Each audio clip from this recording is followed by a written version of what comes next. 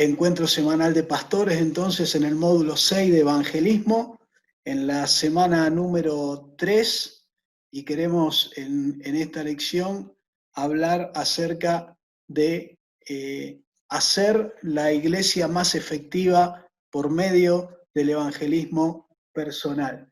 Quiero dar gracias a Dios por la vida del pastor Carlos, que pudo estar con ustedes la semana pasada compartiendo, y hoy continuamos con este tema de evangelismo, y Dios mediante también las próximas 3 sesiones que vamos a tener, el pastor Carlos va a estar enseñándonos cómo realizar el evangelismo personal, pero hoy queremos pensar cómo el evangelismo personal puede ayudarnos a hacer nuestra iglesia o nuestros grupos pequeños más efectivos a través del evangelismo personal.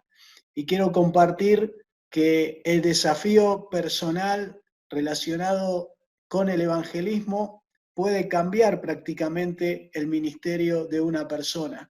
¿Por qué? Porque si Dios nos usa para activar el evangelismo personal en nuestra iglesia, la iglesia o el grupo no va a dejar de crecer en ningún momento. Muchas veces nosotros hablamos de evangelismo y hablamos de hechos eventuales, una campaña en el año, algún predicador que viene a predicar, pero el mayor potencial para la iglesia de Cristo, como lo vamos a ver después en el ejemplo de Jesús, es activar el evangelismo personal, el estilo de vida evangelístico en nuestra iglesia. Vamos a pensar en una estadística normal de una iglesia tradicional. Estos números salen de una estadística realizada en 1000 iglesias de todo el mundo, de todas las denominaciones, y muestra la realidad un tanto triste de que necesitamos 42 cristianos para alcanzar a uno en un mismo periodo de tiempo en nuestras iglesias. Esto significa que necesitamos reunir 42 cristianos para poder alcanzar una nueva persona y sumarla a nuestra iglesia. Esto evidentemente muestra en dónde está puesta la mirada de muchos de los cristianos que tenemos nosotros en nuestra iglesia. Necesitamos evidentemente incorporar en la iglesia una forma de vida evangelística que cambie esta realidad. Esto es lo que muestra que evidentemente el crecimiento va a ir muy lento si nosotros tenemos una iglesia donde necesitamos 40 personas para alcanzar a una. Si nos movemos a un grupo pequeño, esto mejora de manera tremenda, ¿sí? Por eso muchas veces cuando hablamos de grupos pequeños, hablamos de la capacidad que los grupos pequeños tienen aún mayor que una iglesia de 50 o 100 miembros para alcanzar personas. La estadística en este mismo estudio muestra que 5 personas pueden alcanzar en el mismo periodo de tiempo una persona. O sea, los grupos pequeños ser más efectivos que una iglesia de edificio o de programa. Por eso alentamos el desarrollo de los grupos pequeños dentro de este plan. El próximo proceso que vamos a dedicarle es justamente al desarrollo de los grupos pequeños, porque encontramos que el grupo pequeño tiene la facilidad de ser más familiar, más relacional, más cercano a las personas, y que también el grupo pequeño tiene la capacidad, a través de un líder que modele para ellos, de incorporar más fácilmente la tarea evangelística de manera continua en un grupo de la iglesia. Ustedes piensen que un grupo pequeño de 5 personas, si se dedica realmente a la tarea evangelística continua, es un grupo que puede alcanzar hasta una persona por semana. Imaginen estas 5 personas trabajando con un estilo de vida evangelístico. Evidentemente, si estas 5 personas no hablan con nadie y no le predican a nadie durante 6 meses, el grupo no va a crecer. Pero vamos a ver el lado positivo. Usted piensa en 5 personas, 5 cristianos, que se reúnen semanalmente y que cada uno de ellos se dedica a evangelizar por lo menos un día a la semana. Vamos a suponer que uno de ellos da fruto, ¿sí? La parábola del sembrador habla de 4 semillas y una que da fruto. Bueno, imaginemos a este grupo sembrando con un estilo de vida evangelístico. Cada uno predica un día a la semana, por lo menos cada uno va a ganar, uno de ellos va a ganar a alguien para Cristo. Esto significa que en un mes este grupo va a ganar 4 personas para Cristo. Quiere decir que ese grupo puede duplicarse y crecer en 1, 2 o 3 meses de trabajo si vive un estilo de vida evangelístico. Así que fíjense el tremendo potencial que hay en cada grupo pequeño de nuestras iglesias si nosotros logramos introducir un estilo de vida evangelístico en estos grupos pequeños. ¿Quién es el que va a poder trasladar este modelo de estilo de vida evangelístico? Evidentemente el líder. ¿Cómo hizo Jesús para llevar a sus discípulos a un estilo de vida evangelístico? Los modeló en directo y en la práctica para ellos. Por eso cuando nosotros nos enfocamos en formar líderes que modelen en vivo para sus grupos pequeños, tenemos una puerta abierta a un crecimiento continuo de la iglesia a través del evangelismo.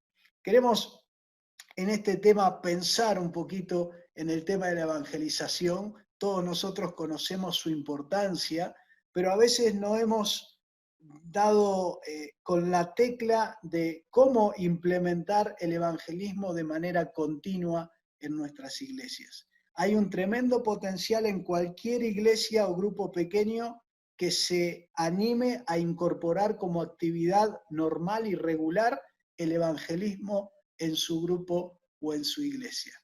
¿Pensó usted alguna vez en cuántas cosas hacen nuestras iglesias y nuestros grupos de manera regular, de manera continua, de manera natural? Por ejemplo, orar, leer la Biblia, predicar el Evangelio, predicar en la iglesia, ¿no es cierto?, el mensaje del pastor, cantar, tener comunión, ofrendar. Son todas cosas que las hacemos regularmente y naturalmente las tenemos incorporadas. Ahora, ¿por qué no tenemos incorporado el evangelismo como forma natural de funcionamiento de nuestros grupos? Fíjese qué gran trabajo está haciendo el enemigo que nos permite disfrutar de la naturalidad en todas esas cosas, pero no alcanzar la naturalidad en la evangelización en nuestras iglesias y en nuestros grupos. La evangelización siempre queda como algo que vamos a hacer en algún momento, especial, eventual, generalmente espectacular, vamos a traer a alguien. Ahora, la evangelización está mucho más enraizada en la palabra de Dios, en un estilo de vida. Dice la palabra, te bendeciré y serás bendición. El bendecir a otros tendría que ser un condimento que esté incluido en nuestra forma de vivir.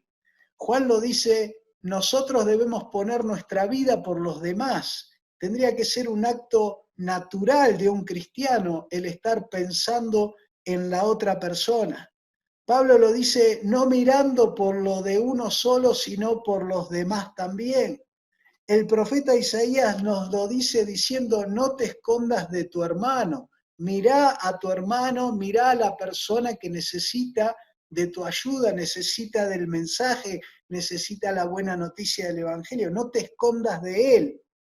Amar a tu prójimo como a ti mismo tendría que alcanzarnos como mandato de la palabra de Dios para que nosotros nos movamos hacia la gente que no tiene a Cristo, porque lo más valioso que podemos darle al prójimo es la buena noticia del Evangelio. El apóstol Pablo nos encarga la palabra de reconciliación. Dice, Él nos encargó a nosotros la palabra de reconciliación. Hay un encargo de Dios a su iglesia de reconciliar la gente con Dios. Y finalmente, ya yendo más profundo, el apóstol Pablo nos dice, ya no vivan para ustedes, sino vivan para aquellos que necesitan del amor de Dios. Entonces, tenemos que evidentemente la evangelización como forma de vida cristiana de nuestros miembros es algo en lo que vamos a tener que trabajar para incorporarla, para que sea realmente una de las cosas más que practicamos en forma natural.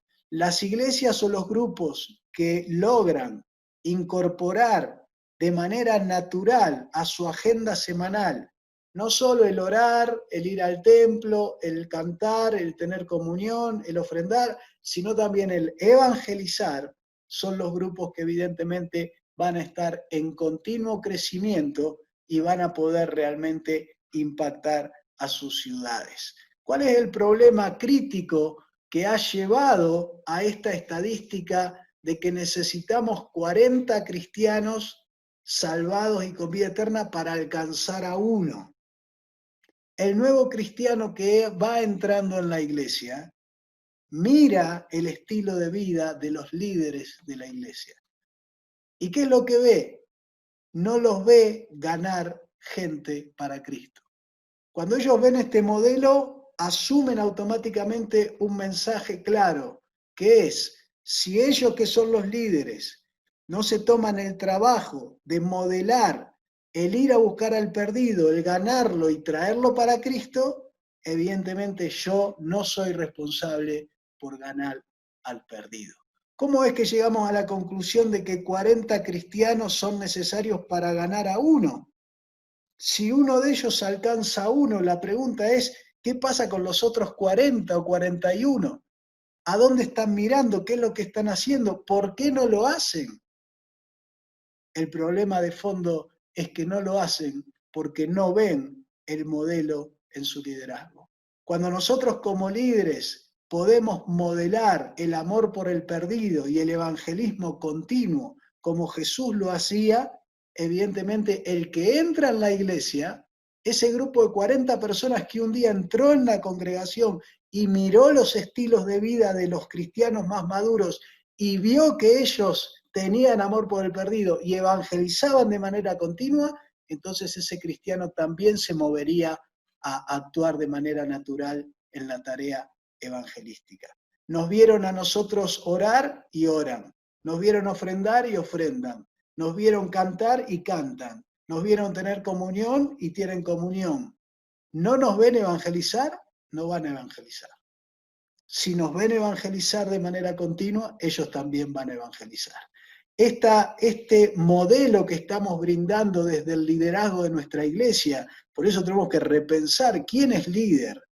El líder está bajando un ejemplo y ese ejemplo está siendo copiado por los demás. Entonces, soy responsable como pastor y como líder de ver qué tipo de liderazgo es el que está dando el ejemplo a cada cristiano que entra en mi congregación. Porque esto está resultando en una consecuencia de cómo mi iglesia vive la tarea evangelística.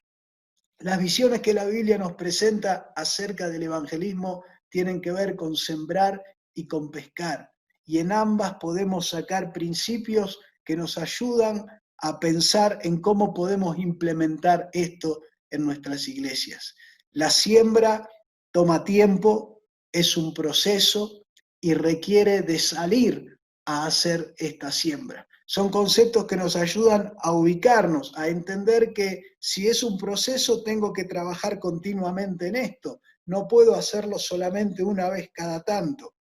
Entender que toma tiempo significa que voy a ver el fruto tal vez más adelante, pero que la tarea de sembrar debe ser una tarea continua. Y finalmente que para poder sembrar necesito salir. Y esto significa romper un poco los moldes de cómo funciona nuestra congregación y alentar a través del modelo de nuestros líderes la salida continua en la búsqueda del perdido.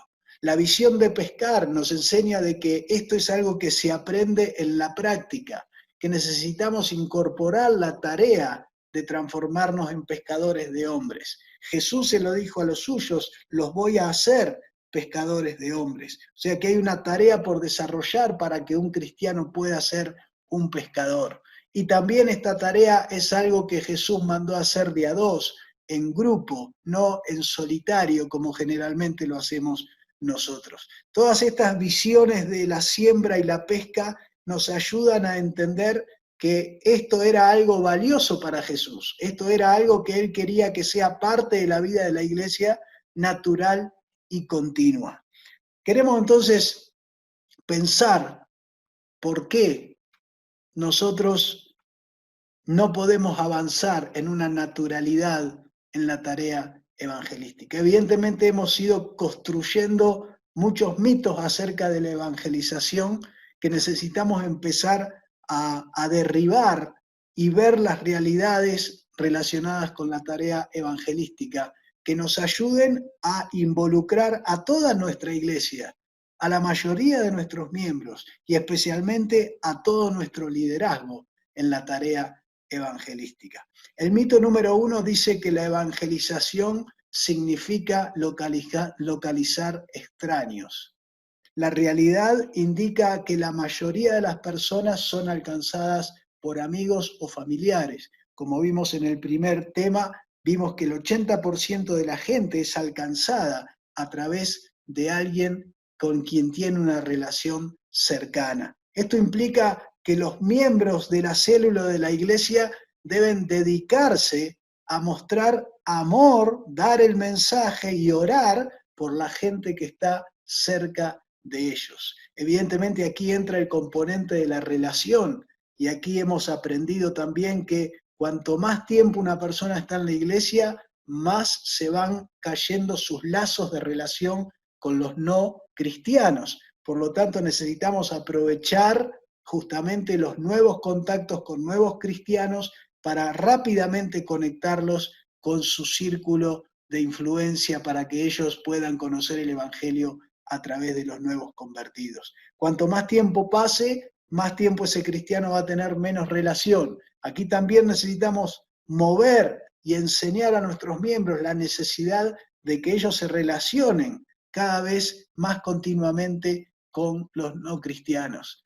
El título que se le puso a Jesús, amigo de pecadores, nos habla de alguien que está constantemente tratando de generar nuevas relaciones con gente perdida, con gente que no es cristiana, y ese tendría que ser lo que nos lleve a nosotros a actuar de la misma manera y de esa manera construir relaciones cercanas a las cuales después vamos a poder compartir el Evangelio.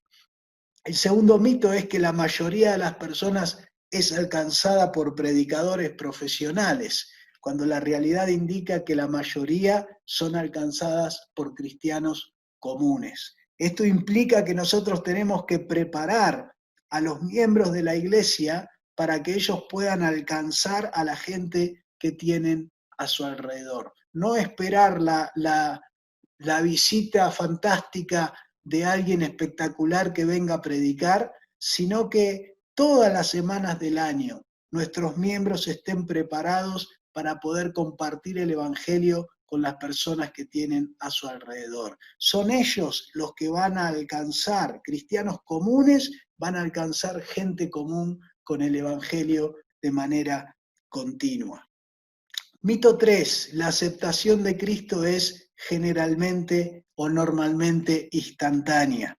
La realidad indica que la gente que acepta a Cristo normalmente viene de un proceso donde Dios está trabajando con ellos, desde antes que nosotros vayamos a presentarle el Evangelio. Esto implica que nosotros necesitamos mantenernos dando el mensaje constantemente y de diferente manera a la gente que tenemos alrededor nuestro. El efecto que muchas veces manejamos de que si le digo las 4 leyes o le doy el mensaje ya memorizado, eso va a producir un cambio en la persona. Es verdad que el mensaje comunicado va a tener su efecto, pero también vemos que esto en realidad siempre es consecuencia de un proceso donde Dios está trabajando con esas personas, las prepara para escuchar el Evangelio y entonces ahí nosotros recién llegamos con la comunicación del Evangelio que permite la aceptación. Entender este proceso es lo que nos tendría que llevar a que continuamente y de diferente manera nosotros estemos compartiendo el Evangelio con la gente que nos rodea. Y el cuarto mito es que la evangelización significa decir las palabras correctas. Hemos visto que en la realidad las personas se ganan a Cristo a través del amor activo y en el momento apropiado las palabras. Esto implica que nosotros tenemos que estar trabajando continuamente, buscando las necesidades de las personas, donde podamos expresar el amor activo a través de la acción. Ese amor activo a través de la acción es el que va a abrir la puerta para comunicar el Evangelio, y entonces ahí sí Dios poder hacer la obra de que ellos reciban el regalo de la salvación, la vida eterna, la confianza en Jesús como Señor y Salvador. Entender estos mitos y las implicancias que tienen en el trabajo evangelístico nos puede ayudar a ir enfocando la tarea evangelística de una manera mucho más simple, mucho más práctica, mucho más personal para la gente de nuestra iglesia, y ir animando a la mayor cantidad de miembros a involucrarse con esta tarea. ¿Cómo podemos empezar a hacer esto en nuestra iglesia de una manera práctica o en nuestro grupo pequeño? Bueno, en primer lugar, orar por el trabajo de evangelización cada semana para empezar a dar pasos prácticos de realizarlo de manera continua en nuestra iglesia. Empezar a orar con la iglesia cómo lo vamos a hacer. Empezar a concientizarnos de que esto tiene que ser algo continuo, regular y semanal en nuestra congregación. Así como cada domingo nos reunimos, oramos, cantamos, tenemos comunión, ofrendamos, también cada semana tenemos que estar alcanzando personas para Cristo. Definir el trabajo de evangelización personal y discipulado. ¿Cómo lo vamos a hacer en la semana? ¿Cómo se va a mover la iglesia? ¿Qué directiva tiene la iglesia desde nosotros como pastores y desde el liderazgo para esta tarea?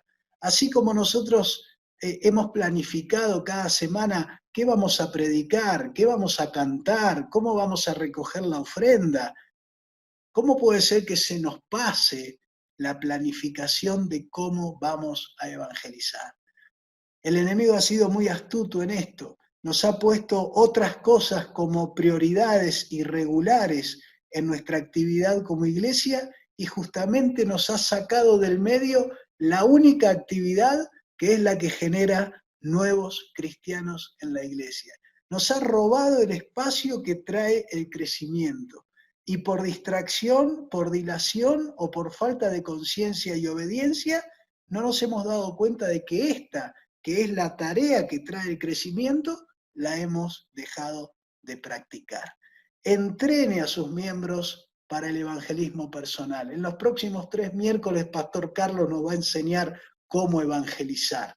Para que usted no tenga excusa, si quiere invite a todos sus miembros y líderes a que entren en el encuentro anterior, donde el Pastor Carlos va a estar enseñando cómo evangelizar durante 3 miércoles. No se pierda este entrenamiento para que su gente sepa cómo hacerlo.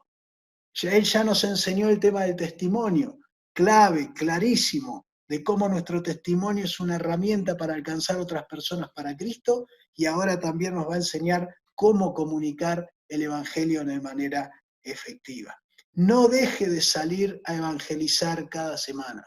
Usted como líder es el que está dando el primer ejemplo a todo su liderazgo. Nosotros como pastores necesitamos incorporar esta salida de evangelizar en nuestra agenda semanal. El Señor Jesús tenía esto incorporado en su agenda. Si Él, que era Dios y era la cabeza de la iglesia, colocó esta actividad dentro de lo que Él hacía en su agenda semanal, cuánto más nosotros como líderes de la iglesia tendríamos que estar haciéndolo así también. Y finalmente, para dar una enseñanza bien práctica, quiero compartir 3 principios de Jesús para evangelizar el mundo. Porque aquí hay simplemente 2 grandes formas de hacer esto. Una suena muy espiritual y es, bueno, vamos a orar, que Dios mueva a la gente, que Dios mueva los corazones. Suena muy lindo, parece muy espiritual. Sin embargo, uno va a una iglesia y se encuentra que de esos 42, uno evangeliza y los otros no evangelizan. Entonces, la parte espiritual parece muy linda, pero no está dando resultado y no está siendo efectiva. Y esto está haciendo que la iglesia no crezca. y el reino no se extienda. Y entonces la iglesia cada vez sea menos influyente en la comunidad. O sea, todas malas noticias. ¿Cómo lo hizo Jesús? Comparto aquí 3 principios simples, prácticos. Siempre vuelvo al hecho de que Jesús es Dios y la cabeza de la iglesia. Y en vez de inclinarse por este modelo que suena muy espiritual, de esperar que esto suceda de una manera espontánea, Jesús hizo algo mucho más práctico. Jesús en Mateo 10, 5 al 15 nos muestra este principio. ¿El evangelismo es importante en la vida de la iglesia? Entonces lo importante se define. Si usted no define cuándo su grupo va a hacer evangelismo, su grupo nunca lo va a hacer. ¿Qué es lo que hizo Jesús? Hizo algo muy práctico. Él venía de estar con el leproso, había llamado a Mateo, llamó a los 12, estaba en el medio de su ministerio. En un momento aquí en Mateo 10, capítulo 10, versículos 5 al 15, Jesús para y dice, ahora vamos a evangelizar. Ahora ustedes se van de 2 en 2. Les da instrucciones a los 12 y los manda y les dice, yendo, prediquen el evangelio. O sea, no deja que esto sea algo espontáneo en cada uno, Pedro hacelo cuando quiera, Juan dale cuando... No, él define que en un momento de su ministerio hay que hacer esto. Esto tiene que ser parte de lo que nosotros hacemos. No es solamente espontáneo, esto es obediencia. Más adelante Jesús iba a decir, vayan y prediquen el evangelio a toda criatura, como para no dejar dudas de que él esperaba que nosotros hagamos esto. Ahora, Jesús lo hizo de una manera simple y práctica. En un momento de su ministerio, se paró frente a su grupo y le dijo, señores, tenemos que salir a predicar. Yo ya les di mi ejemplo, ya ustedes ven que yo lo hago de manera continua, ahora ustedes salgan de 2 en 2 y pongan en práctica esta tarea, ni más ni menos. Segundo principio de Jesús, lo importante hay que hacerlo.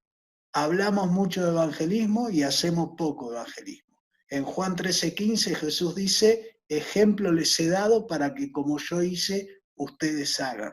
Si los que deben dar el ejemplo de evangelizar, que somos los líderes, no lo hacemos, entonces los 42 de la iglesia tampoco van a evangelizar. Por lo tanto, debemos empezar por este primer punto. ¿Soy yo como pastor o como líder un ejemplo de evangelizar personas, de amor por el perdido, de salir cada semana, de mostrar que gasto tiempo en esta tarea? Si yo no puedo mostrar que gasto tiempo en esta tarea, es porque esta tarea para mí no es importante.